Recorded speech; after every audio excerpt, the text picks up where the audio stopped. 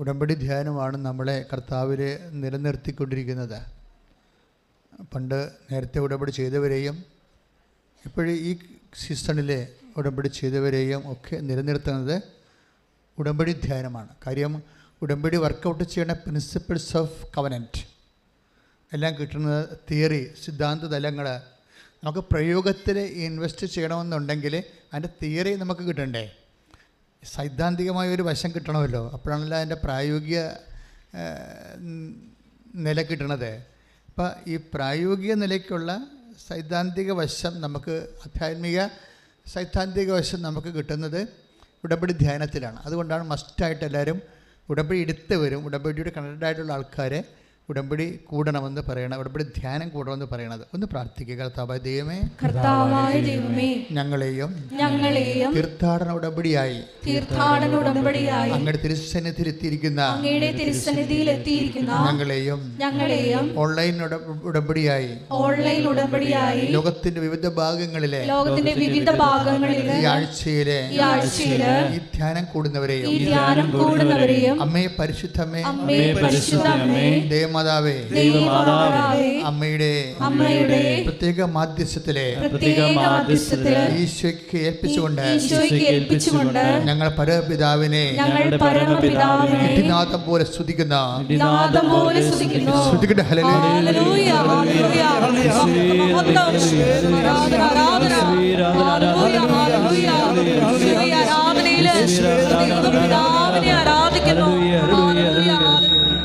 Hallelujah, hallelujah. ജീവിതയാത്രയിൽ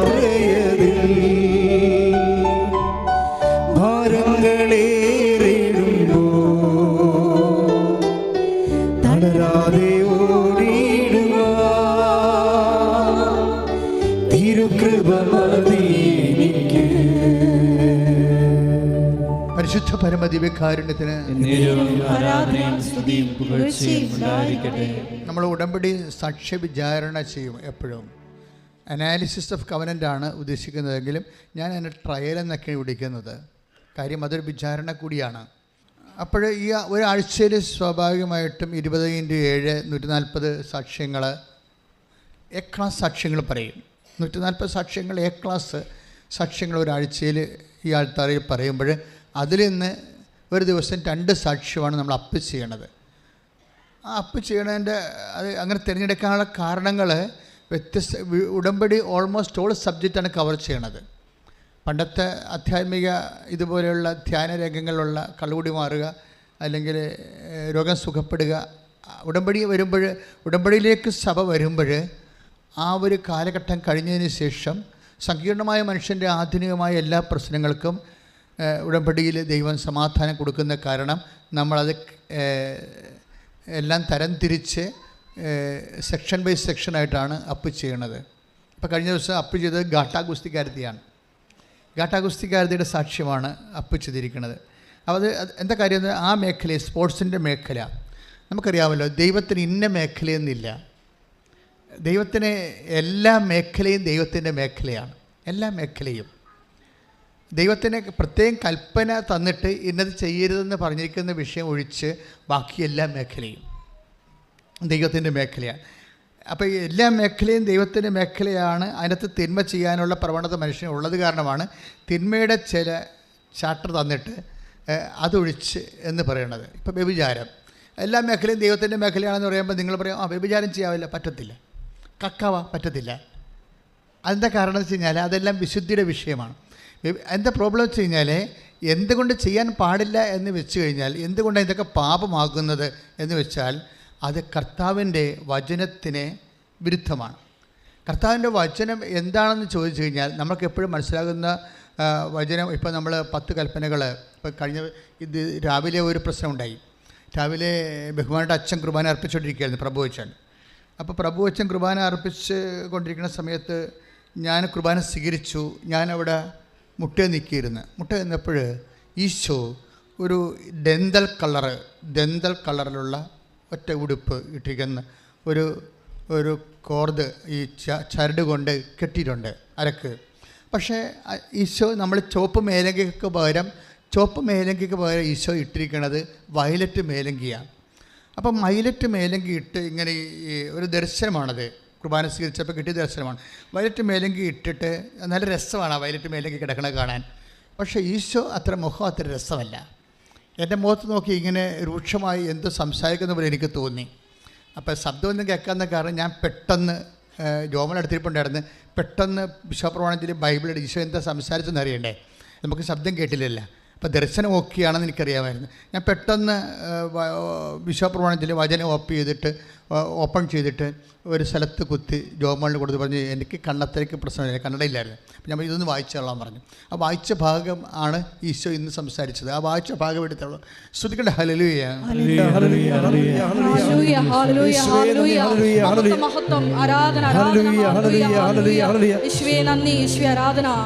Joel 2:17. ആ Joel 2:17 ആണ് ഇപ്പോൾ കുത്തിയപ്പോൾ കിട്ടിയത് ആ സമയത്ത്.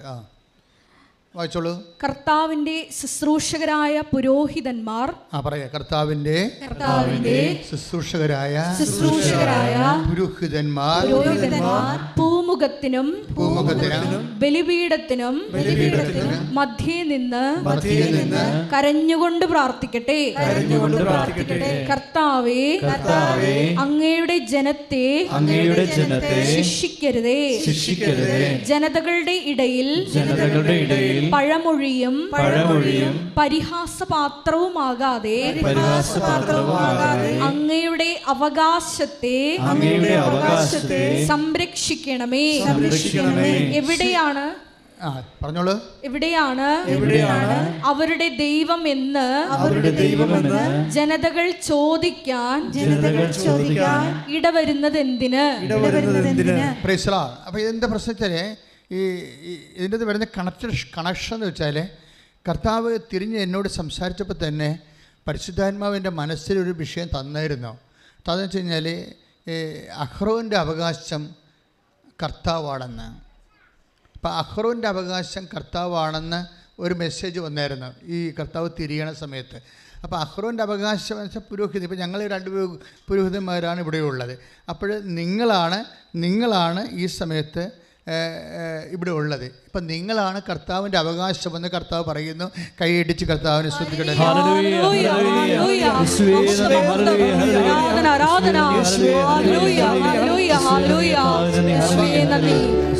നിങ്ങളുടെ വിശുദ്ധീകരണത്തെക്കുറിച്ചാണ് പറയണത്. പുരോഹിതൻ ബലിപീഠത്തിനും ഭൂമുഖത്തിനും എതിരെ നിന്നുകൊണ്ട് ജനങ്ങളുടെ വിശുദ്ധീകരണത്തിന് വേണ്ടി കരഞ്ഞ് ദൈവത്തോട് പ്രാർത്ഥിക്കട്ടെ എന്നാണ് പറയണത്. അത് ഞാൻ പിന്നീട് എപ്പോഴെങ്കിലും ഈ ധ്യാനത്തിൽ പറയാമെന്ന് വിചാരിച്ച് ഇരിക്കുകയായിരുന്നു. പക്ഷേ ധ്യാനത്തിൻ്റെ ആദ്യത്തിൽ തന്നെ പരിശുദ്ധാത്മാവ് ഡൈവേർട്ട് ചെയ്യണം. കണ്ടില്ലേ എന്താ ഡൈവേർട്ട് ചെയ്യണത്? അതായത് എല്ലാ മേഖലകളും ദൈവത്തിൻ്റെതാണ്. എല്ലാ മേഖലകളും കൽപ്പനകൾ ഇല്ലാത്ത സ്ഥലങ്ങളാണ് ദൈവത്തിൻ്റെതാണ്. കൽപ്പനകളുള്ള സ്ഥലങ്ങൾ ദൈവത്തിൻ്റെതല്ല. എന്ന് വെച്ച് കഴിഞ്ഞാൽ എന്താണ്? അവിടെ തിന്മയുണ്ടെങ്കിൽ തിന്മകളെ ഒഴിവാക്കിയാൽ മാത്രമേ ഉടമ്പടി വർക്കൗട്ട് ആകത്തുള്ളൂ. കൽപ്പനകൾ നൽകിയിട്ടുള്ള മേഖലകളുണ്ട്. വ്യഭിചാരം ചെയ്യരുത്, പിന്നെന്താണ്? കക്കരുത്, മാതാപിതാക്കന്മാരെ ബഹുമാനിക്കണം. ആ കൽപ്പനകളുടെ എല്ലാത്തിനും അന്തർധാര എന്താണ്? ശ്രുതികളുടെ മക്കളെ ശ്രുതികളുടെ ഹല്ലേലൂയ.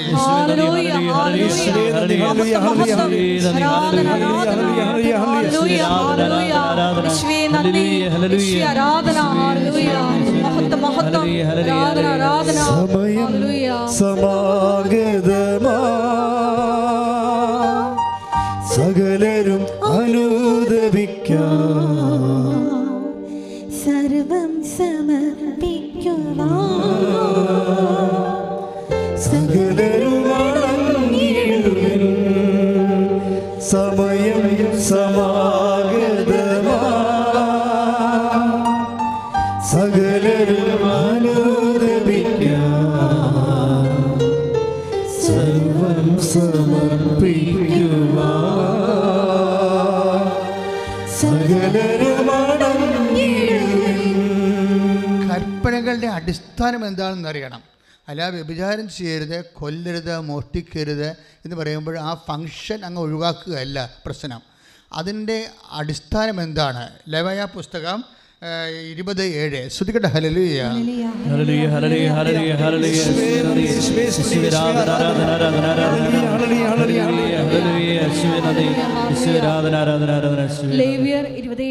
ലേവ്യർ 20:7. അതിനാൽ നിങ്ങളെ തന്നെ ശുദ്ധീകരിച്ച് വിശുദ്ധരാകുവിൻ. പറഞ്ഞേ, അതിനാൽ നിങ്ങളെ തന്നെ വിശുദ്ധീകരിച്ച് വിശുദ്ധരാകുവിൻ. എന്തെന്നാൽ ഞാനാണ് നിങ്ങളുടെ ദൈവമായ കർത്താവ്. This is the point. എല്ലാ കൽപ്പനകളും ഇപ്പം നമ്മൾ കൊല്ലരുത്, മോഷ്ടിക്കരുത് എന്നൊക്കെ പറയുമ്പോഴും ആ ഫങ്ഷൻ അങ്ങനെ പറയാൻ കാരണം എന്താണ്? അത് ദൈവത്തെ ഹോണർ ചെയ്യുമ്പോൾ ദൈവത്തിൻ്റെ വാക്ക് പാലിക്കും. അപ്പോൾ ദൈവത്തെ കർത്താവെന്ന് വിളിച്ചുകൊണ്ട് ആദരിക്കുന്നവരാണ് നമ്മളെങ്കിൽ ഈ പാപങ്ങളെ നമ്മൾ ഒഴിവാക്കേണ്ടി വരും. അതാണ് വിഷയം. അതുകൊണ്ടാണ് നമ്മൾക്കറിയാം ലേവ്യർ 10:19-36 ശ്രുതികട ഹല്ലേലൂയ.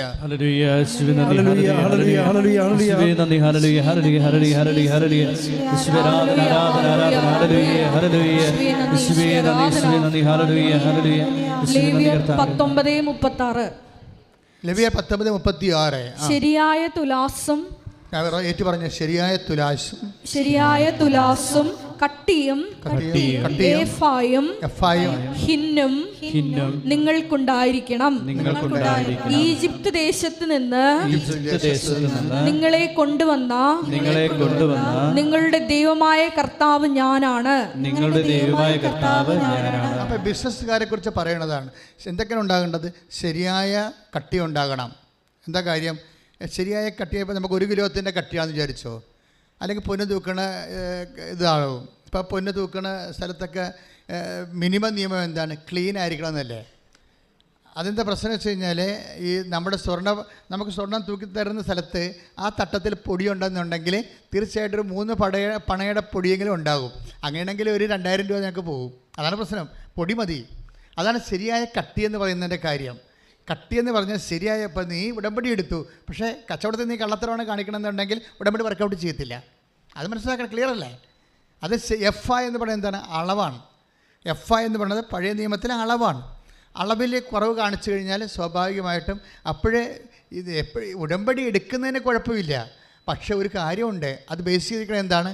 ഞാനാണ് നിൻ്റെ കർത്താവ്, സത്യവും നീതിയും വിശുദ്ധിയുമുള്ള ദൈവം. ആ ദൈവത്തെ ഉദ്ഘോഷിക്കുന്നതിൻ്റെ ഭാഗമായിട്ടാണ് തിന്മകളെ ഉപേക്ഷിക്കണം. കൈയിട്ടിച്ച് കർത്താവ് വിളിച്ചിടുന്നു.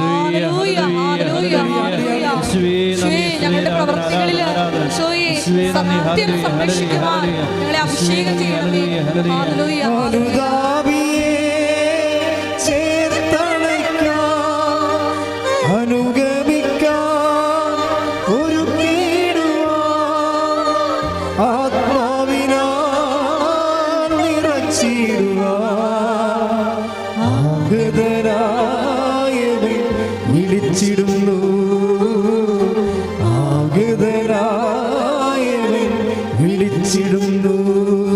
19:32 ശ്രുതികട്ടെ.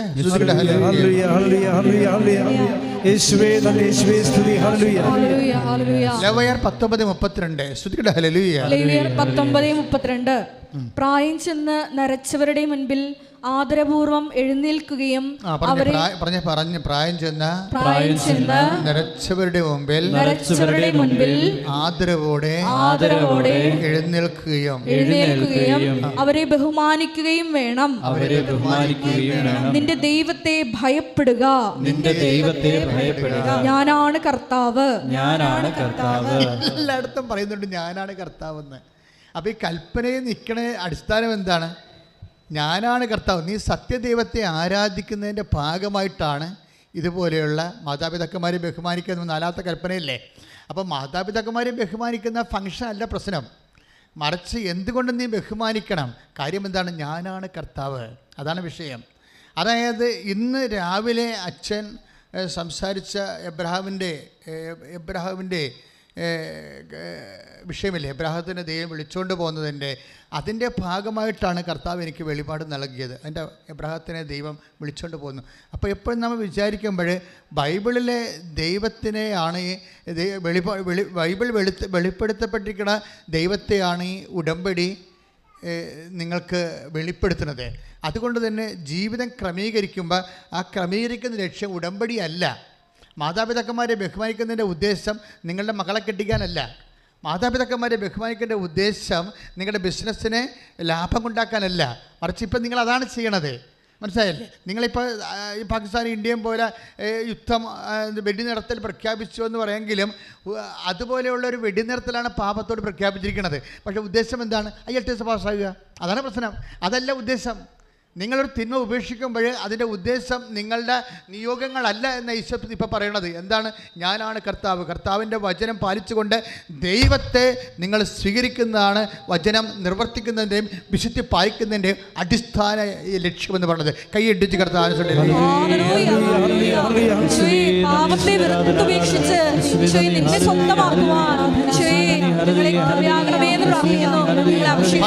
ശ്രദ്ധിക്കണ്ടേ?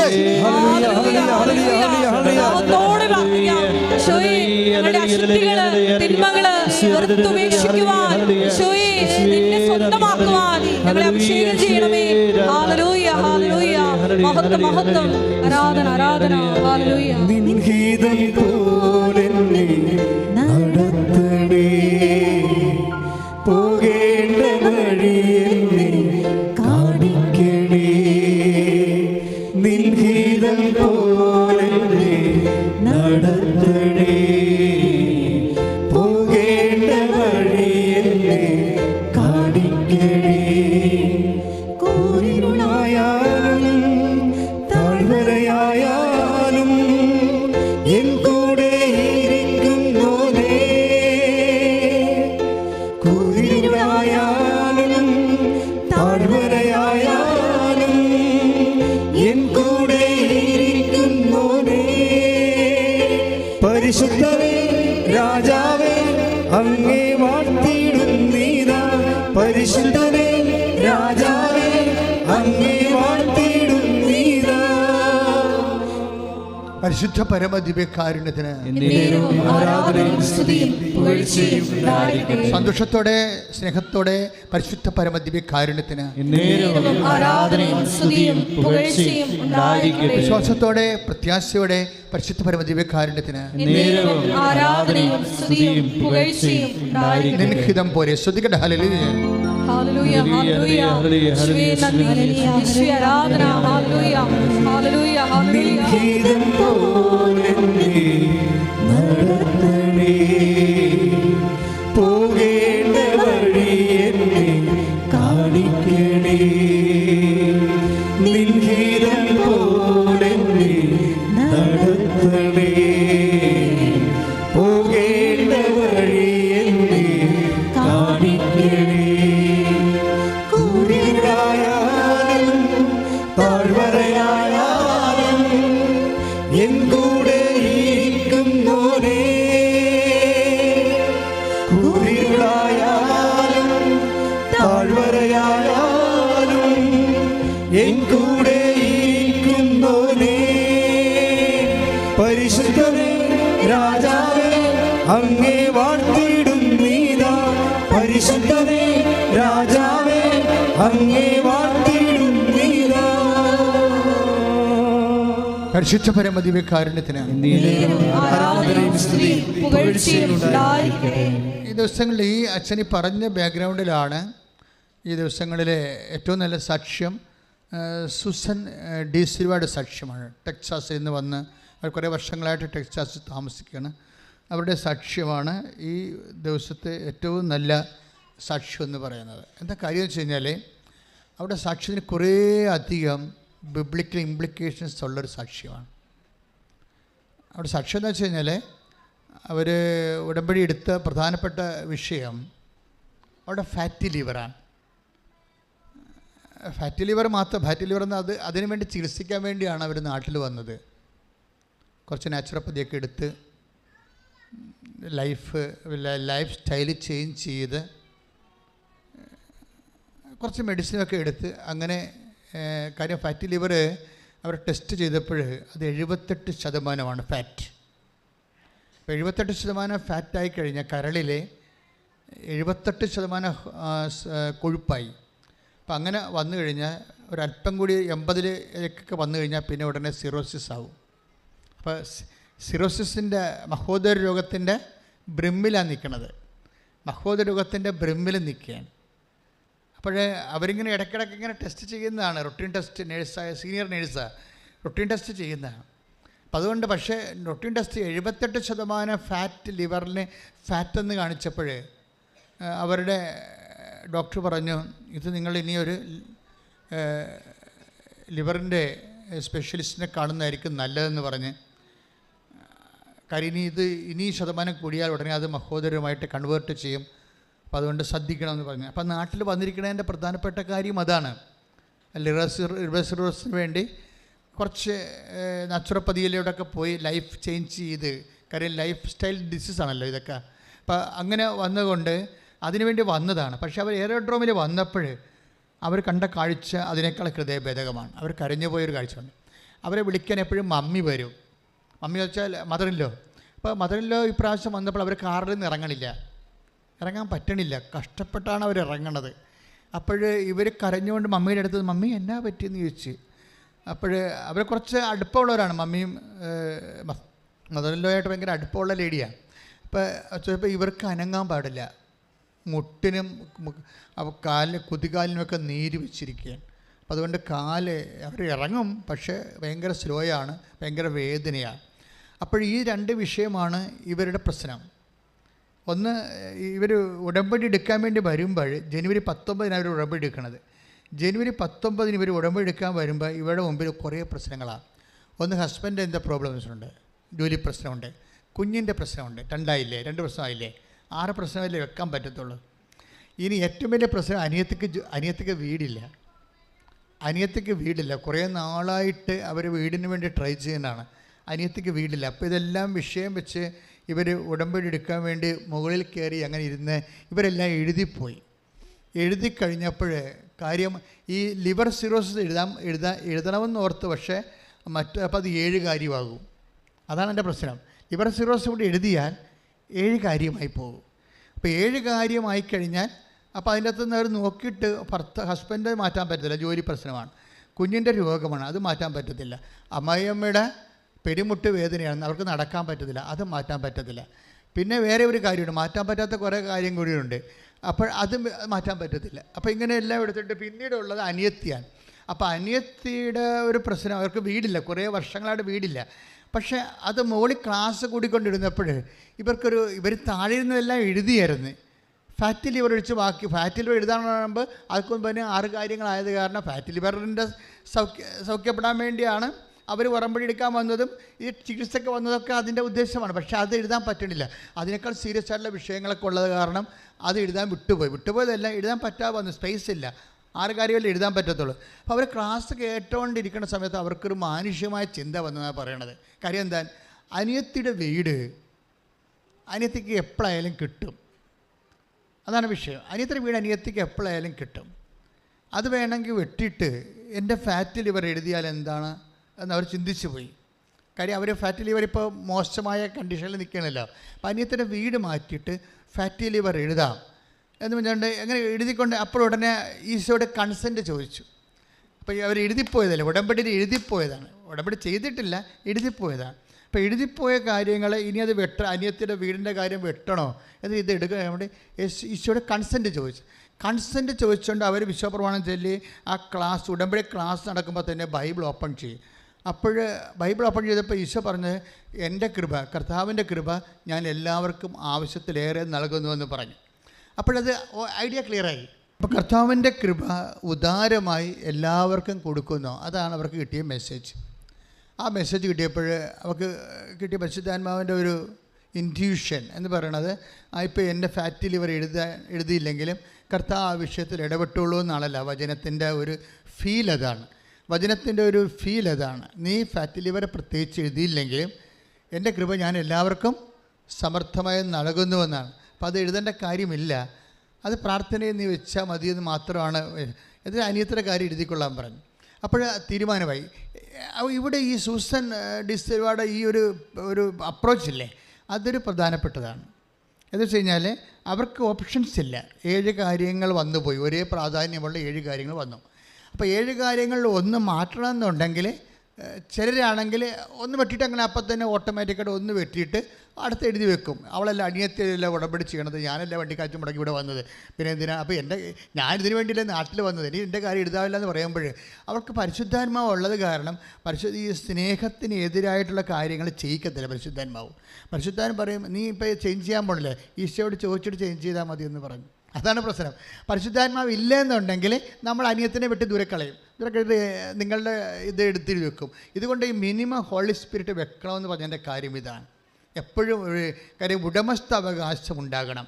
പരിശുദ്ധാത്മാവിൻ്റെ ഈ ഉടമസ്ഥാവകാശം ഇല്ലെന്നുണ്ടെങ്കിൽ, ഉടമസ്ഥാവകാശം പരിശുദ്ധാത്മാവിനെ ദൈവം നമുക്ക് നൽകണത്, ഒരു വിശ്വാസി നൽകണത് ഉടമസ്ഥാവകാശം എന്നാണ്. അതായത് ദൈവത്തിൻ്റെ ആളാണ് നീ എന്നാൽ ദൈവമാണ് നിൻ്റെ ഉടമസ്ഥൻ. ആ ഒരു ഉടമസ്ഥാവകാശം സൂക്ഷിക്കേണ്ടത് കടമ നമ്മുടേതാണ്.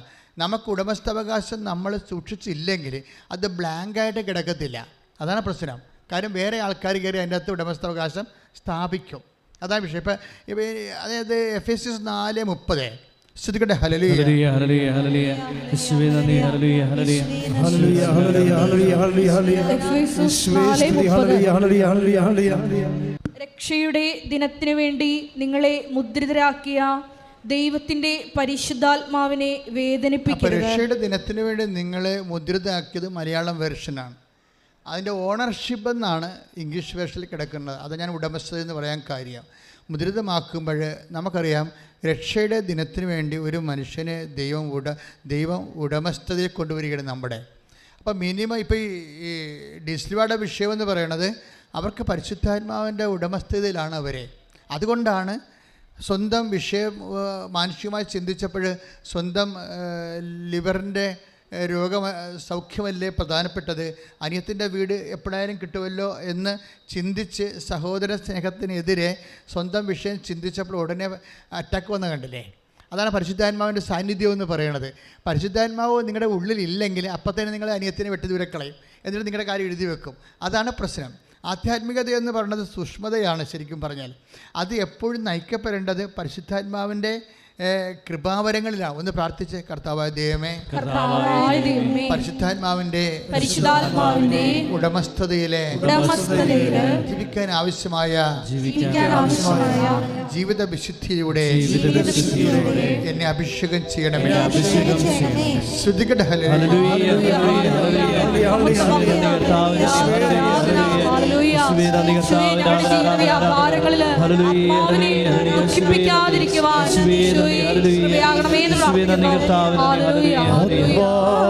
ദൈവമേ വരണേ,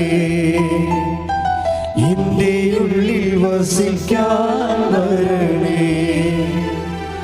ആത്മാവാം ദൈവമേ വരണേ,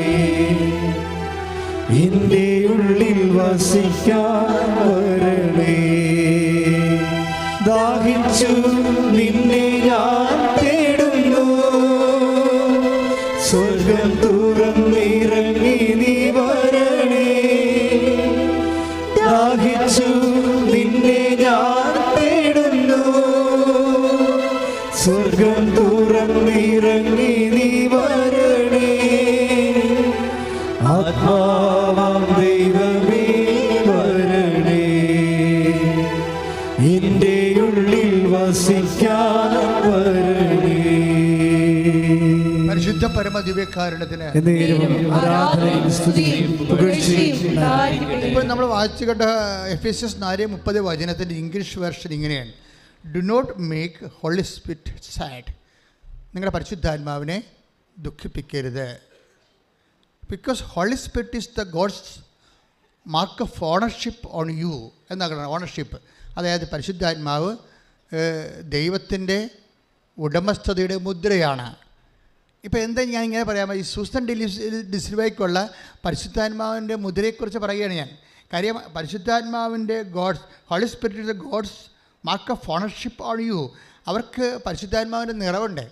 ആ പരിശുദ്ധാത്മ നിറവുള്ളത് കൊണ്ട് തന്നെ ഗോഡ്സ് മാർക്ക് ഓഫ് ഓണർഷിപ്പാണ്, ദൈവത്തിൻ്റെ ഉടമസ്ഥതയുടെ മുദ്രയാണ്. അതുള്ളത് കൊണ്ടാണ് അവർ റീതിങ്ക് ചെയ്യണത്. എന്താ റീതിങ്ക് ചെയ്യണത്? കർത്താവിനോട് ചോദിക്കാം എന്ന്. കർത്താവിനോട് ചോദിക്കാം. അനിയത്തിൻ്റെ പേര് ഉടമ്പടിയിൽ നിന്ന് മാറ്റണമെന്നുണ്ടെങ്കിൽ ഞാൻ കർത്താവിനോട് ചോദിക്കാം, അല്ലാതെ ഞാൻ സ്വന്തമായിട്ട് തീരുമാനിക്കണില്ല. അതാണ് പ്രശ്നം. അങ്ങനെ ചോദിക്കണമെന്നുണ്ടെങ്കിൽ ഗോഡ്സ് ഓണർഷിപ്പ് ആയിട്ട് പരിശുദ്ധാത്മാവ് നമുക്കുണ്ടാകണം. ഇതുകൊണ്ടാണ് ഞാൻ എന്നും നിങ്ങളോട് പറയണത്, മിനിമം പരിശുദ്ധാത്മാവിനെ നിലനിർത്തണമെന്ന് പറയണത്. എന്താ കാരണം വെച്ച് കഴിഞ്ഞാൽ, പരിശുദ്ധാത്മ വിട്ടുപോയാൽ നമ്മൾ നമുക്ക് ഇഷ്ടമുള്ള പോലെ ചെയ്യും. അത് ലോകാരൂപിയിലായിരിക്കും ചെയ്യണത്. അതുകൊണ്ട് തന്നെ ദൈവത്തിൻ്റെ കൺസേൺ, അതിൻ്റെ അകത്ത് കൺകറൻസ് ഒന്നും അതിൻ്റെ അകത്ത് കിട്ടത്തില്ല. അപ്പം അങ്ങനെ വരുമ്പോൾ ഇവൾ ചോദിച്ചപ്പോൾ ഉടനെ കർത്താവിന് മറുപടിയും പറഞ്ഞു. എന്താ പറഞ്ഞത്? കർത്താവിൻ്റെ കൃപ എല്ലാവർക്കും ഞാൻ ഇഷ്ടം പോലെ നൽകുന്നു. പിന്നെ നിനക്ക് നിൻ്റെ പേര് വെച്ചിരിക്കുന്നില്ല എന്നോർത്തുകൊണ്ട് നീ ടെൻഷൻ അടിക്കേണ്ടതെന്നാണ് ഈശോ പറയണത്. നിൻ്റെ പേര്, നിൻ്റെ ഫാറ്റി ലിവറിൻ്റെ വിഷയം ഉടമ്പടിയിൽ ചേർത്തിട്ടില്ല എന്ന് വിചാരിച്ചുകൊണ്ട് നീ ടെൻഷൻ അടിക്കേണ്ടെന്നാണ് ഈശോ പറഞ്ഞിരിക്കുന്നത്. കൈയടിച്ച് കർത്താവിനെ സ്തുതി.